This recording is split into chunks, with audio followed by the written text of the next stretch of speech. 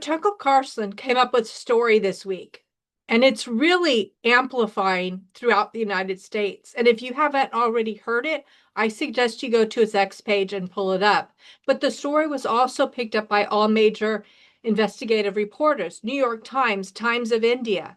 In fact, let me show you the story right here.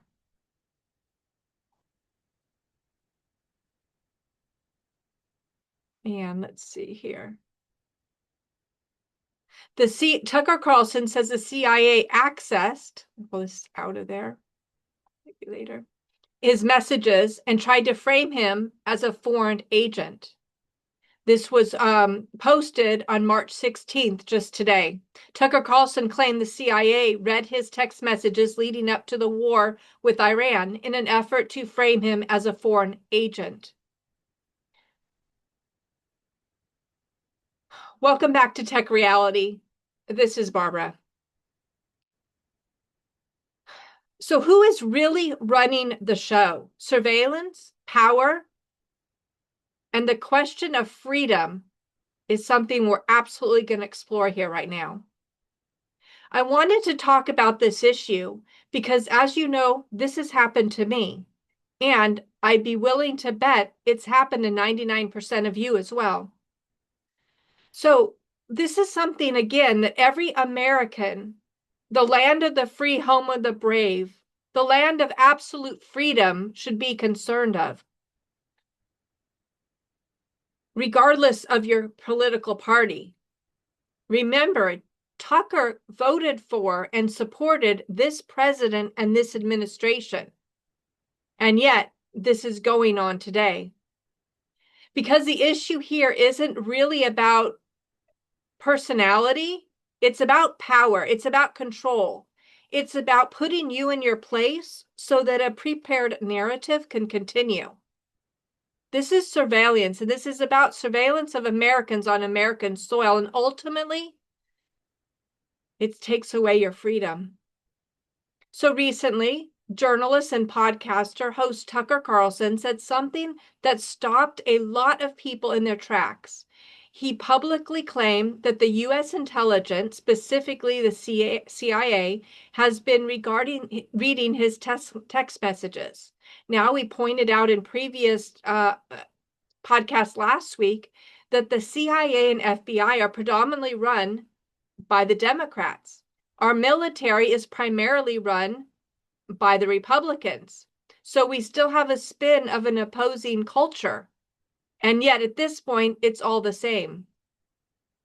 According to Carlson, the messages that were originally grabbed when he was trying to communicate with the president of Russia, the head of Russia, Putin, was with another American on American soil, was as far as those got.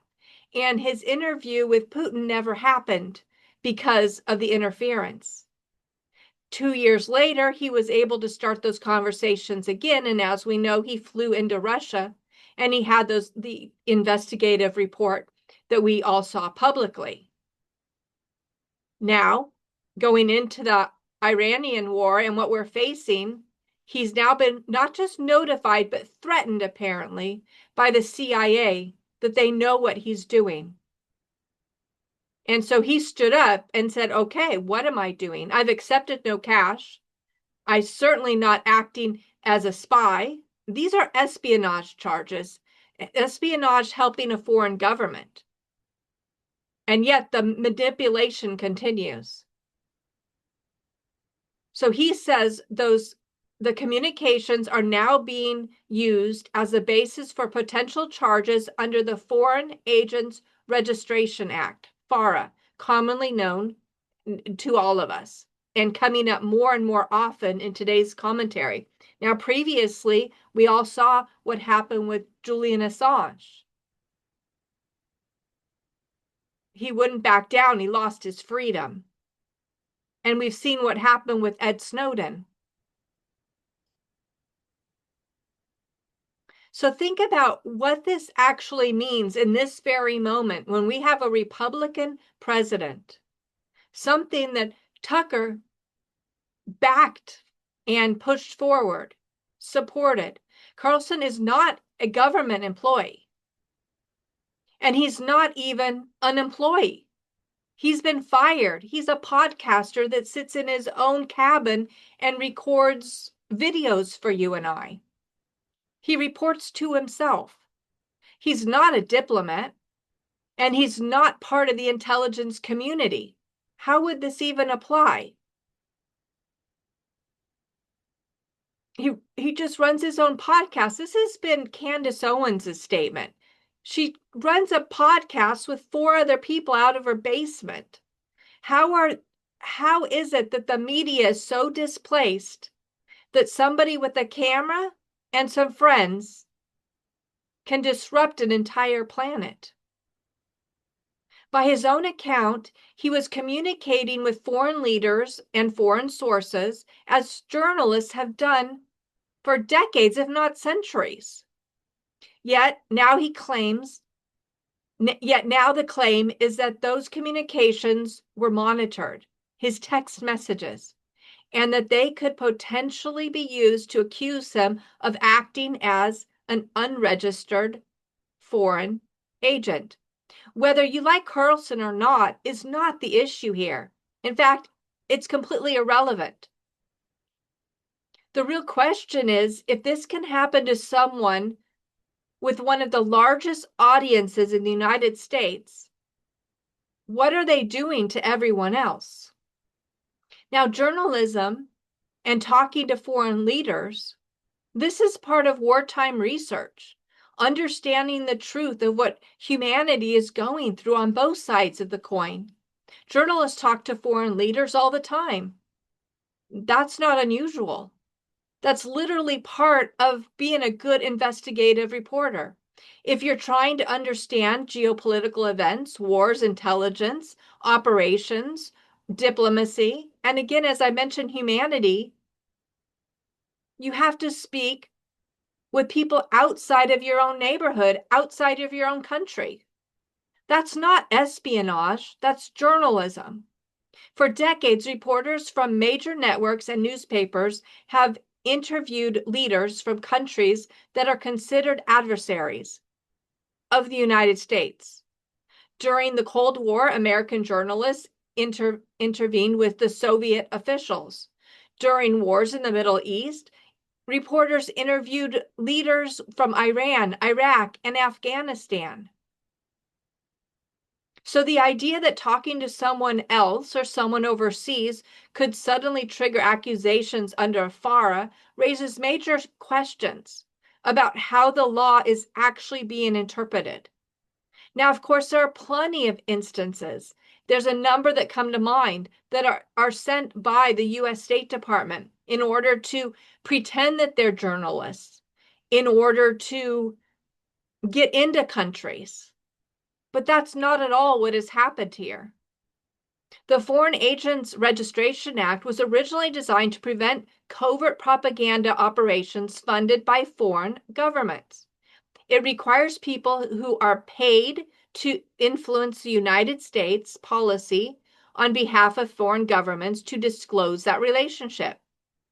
But Carlson said he wasn't paid by anyone. He said he was simply being a journalist. So where is the line, and why is there a threat? And who decides when that line has been crossed? Surveillance and the power of intelligence agencies. Now, Pam Bondi has stood up and recently revisited the FARA Act, and I'll get to that in a moment. But the other piece of the story is even more troubling. Carlson says intelligence agencies were able to read his private text messages. Now, we just saw almost a dozen of the Republicans step forward because an opposing special counsel for the Democrats had gone to the phone companies and demanded access to the text messages. How far is this reaching? Now we need to pause and really think about what this means in the modern world. Most people walk around today with a smartphone that contains their entire lives, Text messages, private conversations, family photos, banking information, location data, search histories. It's everywhere and always on. If those communications can be accessed by intelligence agencies, even indirectly, it raises profound question about privacy in the digital age. And as an American, we have civil rights because surveillance technology today is not what it was 20 years ago. The technology is infinite at this point.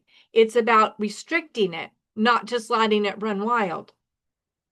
It is exponentially more powerful. A small satellite above your home, 60,000 feet in the sky, could read what you're reading on your phone. Signals intelligence, metadata analysis, AI pattern recognition, and large-scale digital monitoring mean that governments can analyze communication on a scale that would have been unimaginable in previous generations.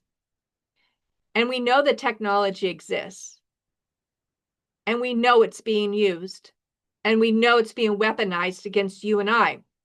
Now, let me step back. I told you I have my own experience with this, and we've talked about this before, but I don't think on this particular issue. This is where it gets personal to you and I. Many of you who follow me often hear me talk about my time with the government. That I spent actually almost 5 years trying to get a hearing where I could sit and plead my case against the government. But did you know you cannot sue the US federal government unless they give you permission to sue? So anybody who's winning suits against the US government, the government has decided that they're going to allow this move forward. For me, they decided that they were not going to allow me to move forward. In fact, they wanted to end my life, and they wanted to make sure that I had no voice and I could not take a step forward in life if I survived. But what's interesting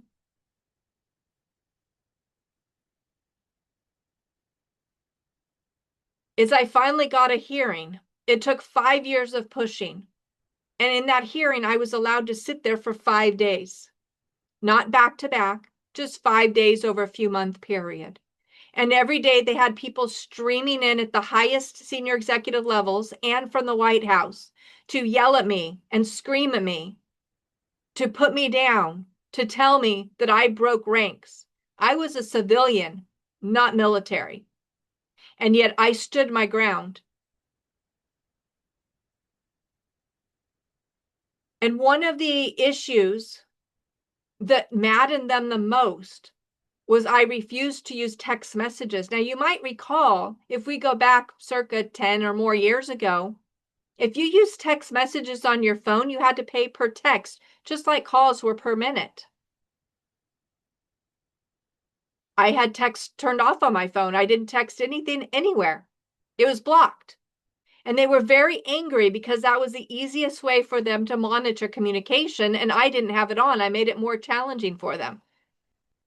They had access to my email, as they definitely made known, but it was more difficult for them to track my phone calls. And I don't know the technology that was being employed at that point, but text messages was specifically an anger point for them.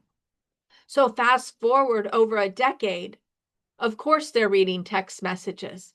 They always have, and it's the easiest technology that they have access to. When the federal government is involved, you often cannot sue unless they give you permission. So all I could do was sit there and listen. And when that hearing finally happened, the issue came up. Think about that. They were actually angry at me. They were angry at me for 5 days for a lot of things. It was like a beat me up session. I demanded the hearing. They were angry that I wouldn't just sit down. And so they punished me. At the time, the conversation was framed around tracking communication. Text messages leave digital records that can be analyzed later and involve a second person. Phone calls require real-time monitoring or recording. The irony, as I mentioned, is I didn't text. So they were extremely angry. And I think if I did text, they would not have brought up this point. I would not have known of the surveillance technique.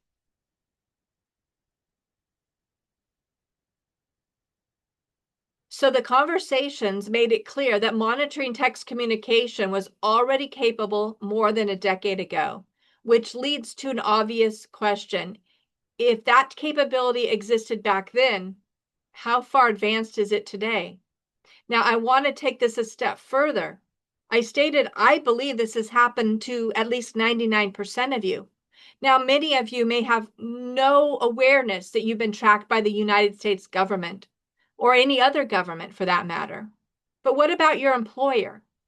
A few years ago, I heard from a peer that I had just met that 3 weeks before she'd been contacted by an executive at the company we worked for, informing that I committed fraud.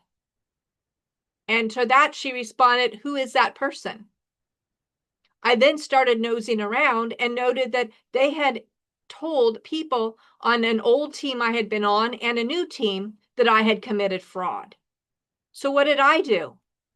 I laid low, put my head down, and just let it. No, I didn't. I picked up the phone and figured out who started that message, and I got a hold of them. And I said, "Hello, my name is such and such. I was just informed by people that I've never met before that they were contacted nearly a month before and informed that I was defamed by saying I committed fraud. Please inform me how I did that." After several months of going back and forth and demanding that they put it in writing so I can give it to my attorney, they refused to do so. They were trying to threaten me because as it slipped through their anger, people get emotional and their words slip. My former manager, who had been trying for years to get me fired, was very angry that I finally got off her team but not removed from the company. So she called in via an anonymous tip line that was recorded, and they named her name when they let it slip where the information came from. Often people don't push like I do. They don't stand up for themselves like I do. They don't ask that next question that I do. How often has something undermined you, the sand been washed out under your feet, and you didn't even know it? All of a sudden, you were dismissed from a job or a position you were overlooked for. What is in your employee records that you didn't even know existed? People are not fair at this point. But let me continue with Tucker Carlson. The FARA question, F-A-R-A. Let's return to this legal side of the story. Carlson mentioned the possibility of charges connected to FARA. Now, I believe this was the same that was brought up in the 2016 election against Trump. Russia. I believe this went under the FARA designation.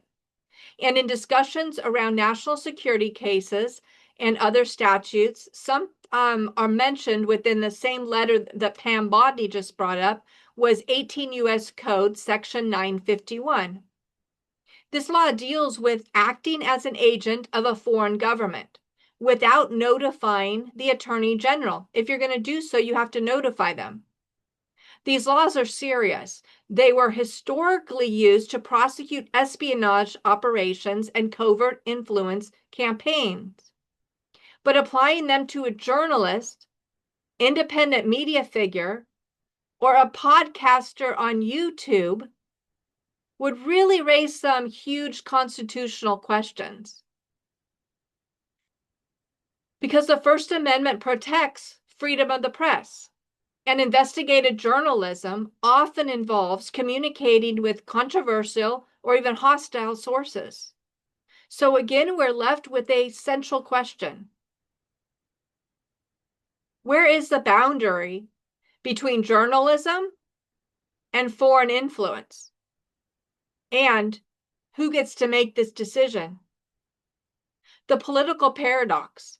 Here's another layer that makes the situation Even odder, Carlson has historically supported this president, as I've mentioned, and many of the policies associated with this administration. So if someone who is politically aligned with the administration is claiming surveillance or legal pressure, it raises another uncomfortable question.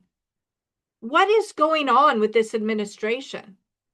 Has the MAGA movement specifically dissolved? Who's running the show? And why is information about Iran being squashed? What about elected officials, intelligence agencies, bureaucratic institutions that operate independently of political leadership? Or is this some combination of all of them? Because the American system was designed with checks and balances specifically to prevent one branch of government from accumulating too much power. But we've way overstepped that boundary. The intelligence community operates largely out of public view, hidden, with black budgets. And that lack of visibility naturally creates suspicion. We saw this during COVID. Out of the darkness of people being forced to hide in their homes and behind masks, live in fear of getting cooties that didn't exist. Look at all of the corruption that's coming out of Minneapolis, California. Your state is next. It just hasn't been peeled back yet. Surveillance in this digital era. Let's look in a little bit further at this technology. Surveillance isn't just a government issue anymore. Private companies collect enormous amounts of government every day about people like you and your children. Social media platforms track behavior. Search engines record queries. Smartphones constantly transmit location information. In many ways, the modern surveillance ecosystem is a partnership between technology and government. And we do know that governments like to outsource the technology because it's out of the sight of Spi3es. You can't reach into a private company. You can only reach into the public domain. In so many ways, the modern surveillance ecosystem is a partnership that is against us. Sometimes it's voluntary cooperation, sometimes it's legal requests, sometimes it's court orders, but the result is always the same. They're gathering your data. They've created a digital footprint of every human being on this planet, specifically every human in the United States. And once that data exists, it can be accessed by anyone, and it cannot be taken back. The blackmail problem is real, and this is what I noted when I worked for the government. Everyone was being blackmailed. Here's where things become even more serious. If intelligence agencies or governments can access private communications, that means that they're doing it and they're using it as leverage. Texts, emails, photos, financial transaction, search histories, and now with AI, a whole nother layer is being created to manipulate. Everyone has something in their digital history that could be maybe embarrassing or misunderstood or taken without context. And I say everyone because I use limited access to devices. And yet, all of a sudden, different things will pop up. Won't click on them, avoid them, but they'll pop in the feed. That becomes part of the search history, not of your primary search, but it gets attached. You've seen it. You're counted towards another person that made an impression. So then the question becomes here, what happens when that information is used to pressure people, politicians, journalists, business leaders, and activists? If someone has access to everyone's private life, the potential for manipulation becomes enormous. You might be clean and you might stand up for yourself. But what about that individual in Congress that represents you? And that's why surveillance power has always been considered one of the most dangerous forms of powerful of powerful government authority. It's an overreach, looking under the covers or in the bedroom where they have no right to be. What about Huckabee? What about Trump? Who has the goods on them? What is the level of blackmail and manipulation that is occurring? And at this point, since a year ago, the introduction of AI makes it that much worse. Let's look at the independence factor. One reason Carlson's case is interesting is because he doesn't depend on traditional employer. He doesn't care if he doesn't get paid. He's made enough money to take care of generations. He doesn't have to be beholden to keep a job. He's not reporting to a television network anymore, be it Fox News or CNN. Those days are gone. He got fired from both, and he survived. He doesn't have corporate bosses. He runs TCN, Tucker Carlson Network. He's not dependent on advertising contracts from any major media company in the same way that traditional broadcasters are. He's got basically no overhead.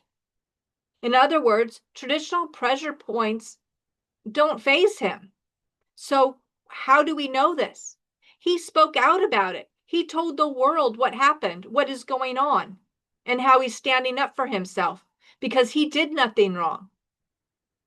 And yet there's a violation of his constitutional rights and a violation of Americans. So as these traditional pressures didn't work for him, he turns on the lights and speaks out more. You can't cancel his show through corporate management. You can't remove him from a network lineup. He doesn't have the 8 o'clock primetime slot. Now, YouTube can shut him down, and they have before. Not him, I don't know, but they've shut down hundreds of thousands before. But he's on multiple platforms now. Are they all going to shut him down? It doesn't appear to be. You can't remove him when he's spread out like he is. His fingerprint is out there. People are monitoring him. For the good, they listen to him. If someone like that continues to speak freely, the only remaining leverage becomes legal pressure.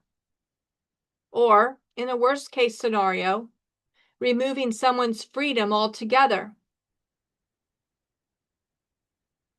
This is why Charlie was executed publicly in front of the whole world to see, wearing the letters that spelled freedom across his chest. That's the only thing that can be done at this point.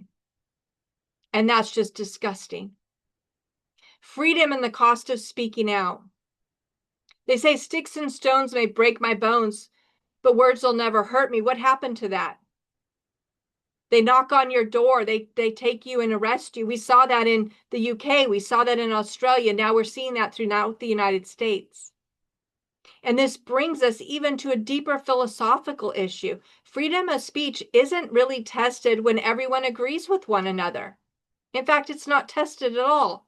It's tested when someone says something controversial or uncomfortable, even inconvenient to the power institutions, the power structure that is making the rules. Historically, some of the most important journalists in America's history have faced enormous pressure when they challenged powerful systems. That's part of the tension between power and accountability. And that tension is supposed to exist in a healthy democracy. The final question really brings me back to what I asked in a previous video. Who is controlling you? Who is pulling the strings? Is it government? Is it corporations? Is it intelligence agencies? Is it algorithms shaping what information that you see and what you don't see? Or is it some invisible web of influence that most people have never heard of and don't know exists? Because the reality is that someone somewhere is always trying to influence outcomes in politics, in media, in economies, in public opinion. The struggle for freedom has always been about recognizing those forces and making sure they never become obsolete. So, in closing, I wanted to say, regardless of what ultimately happens in Carlson's case, the larger issue isn't going away. Technology is evolving faster than laws. Surveillance capabilities are expanding faster than public oversight. And the balance between national security and civil liberties is becoming more complicated year by year, and in fact, with the technology, day by day. This isn't just a story about one journalist, and it wasn't a story about me and what I faced. It's a story about the future of privacy. 1984 has long passed, we're living it. The future of investigative reporting, the right to know about humanity around the planet and how our decisions affect them, and the future of freedom, true freedom in a digital world. Because if governments or any powerful institutions can quietly monitor the communications of citizens, the entire relationship between the public and power begins to change. And that's something that every American should be thinking of. And not tomorrow, but today. Stand up for freedom, if not for you, for your children. It's happening.